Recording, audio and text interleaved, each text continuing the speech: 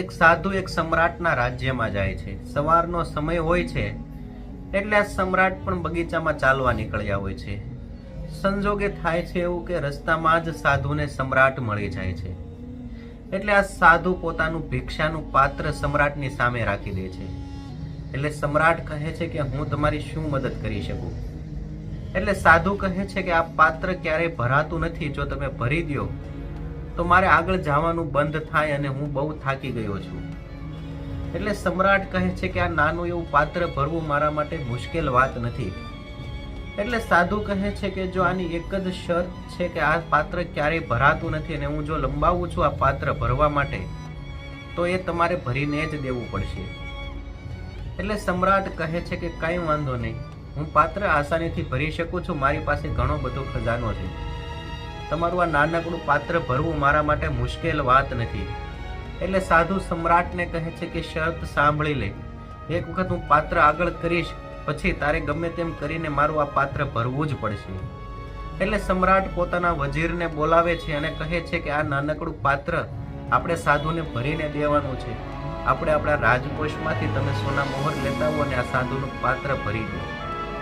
આ સાધુ આપણને નાનો સમ્રાટ સમજે છે, પણ એને બતાવી દો કે હું આ વિશ્વનો કેવડો મોટો સમ્રાટ છું. એટલે વજીર જાય છે ને પોતાના જે રાજકોષનો ખજાનો હોય છે તેમાંથી સોના મોહર લઈને આવે છે અને આ સાધુના પાત્રમાં નાખે છે. થોડો સમય થાય છે એટલે પાત્રમાં નાખેલી સોના મોહર ગાયબ થઈ જાય છે. એટલે રાજા હજી સોના મોહરો મગાવે છે ને આ પાત્રમાં નાખતા જાય છે. હીરા, માણેક, મોતી, પન્ના બધું જ આ સાધુના પાત્રમાં નાખે છે ને ધીરે ધીરે કરતા બધું જ ગાયબ થઈ જાય છે. હવે આખા રાજ્યની અંદર જાહેર કરે છે ને બધા લોકોને કહે છે કે એક સાધુ આવ્યા છે ને તેનું પાત્ર ભરવાનું છે. ગમે તેમ કરીને તે સાધુનું પાત્ર આપણે ભરવું જ પડશે. એટલે રાજ્યના લોકો પણ તેની પાસે જે કાંઈ પણ સોના મહોરો, હીરા, માણેક, મોતી હતા તે બધું લઈને આવે છે અને આ પાત્રમાં નાખે છે. પણ તેમ છતાં પણ આ પાત્ર ભરાતું નથી અને પાત્ર અધૂરું રહી જાય છે. હવે અંતે જતા રાજા થાકી જાય છે અને પોતાનો ઘમંડ તેને સમજાય છે. એટલે તે સાધુના પગમાં પડી જાય છે અને તે સાધુને કહે છે કે મને માફ કરી દો. હું સમજી ગયો કે મારી પાસે એટલો પણ ખજાનો નથી કે હું તમારું પાત્ર ભરી શકું.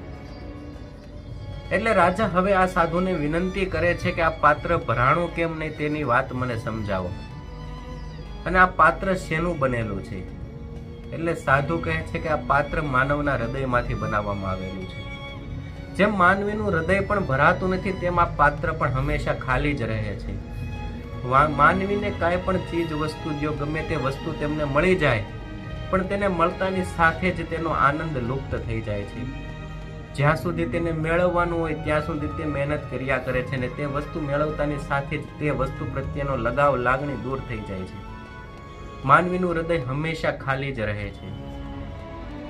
એટલે સમ્રાટ કહે છે કે તો આને ભરવાનો ઉપાય જણાવો. એટલે સાધુ કહે છે કે આનો ભરવાનો માત્ર એક જ ઉપાય છે કે અનંતને અનંત જ ભરી શકે. જેમ આપણું હૃદય અનંત છે તેમ પરમાત્મા પણ અનંત છે. અનંત જો અનંતથી મળી જાય તો તે વસ્તુ સંપૂર્ણ થઈ જાય. જો આપણું હૃદય પરમાત્માથી મળી જાય તો આપણું હૃદય ભરાઈ જાય. આપણું હૃદય પરમાત્મામાં લીન થઈ જાય તો આપણું હૃદય ભરવું શક્ય છે. જેમ માનવીને કોઈ પણ વસ્તુ મળતા સંતોષ નથી થતો, જો માનવી પરમાત્માની અંદર લીન થઈ જાય, પરમાત્માની ભક્તિની અંદર લીન થઈ જાય તો આપણું હૃદય ભરાઈ જાય. જે આપણને ઈશ્વરે આપ્યું છે તેનો આપણે આભાર માનવો જોઈએ અને તે વસ્તુથી આપણે દીનબંધુ દુઃખીને સંતુષ્ટ કરવા જોઈએ. જે દુઃખી દીનબંધુ છે તેની પાછળ આપણને જે મળેલી વસ્તુ છે તેનો ઉપયોગ કરવો જોઈએ, જેનાથી પરમાત્મા રાજી થાય. માનવીએ સ્વભાવ રાખવો જોઈએ તો એવો સ્વભાવ રાખવો જોઈએ કે એક નાનકડા દીવડાનો સ્વભાવ કે જે સમ્રાટના મહેલની અંદર એટલો જ પ્રકાશ આપે છે કે જે એક ગરીબની ઝૂંપડીની અંદર આપે છે. જો દોસ્તો તમને આ કહાની સારી લાગી હોય તો મારી ચેનલને સબસ્ક્રાઇબ કરી દેજો અને આ વિડીયોને લાઈક કરજો. થેન્ક યુ દોસ્તો.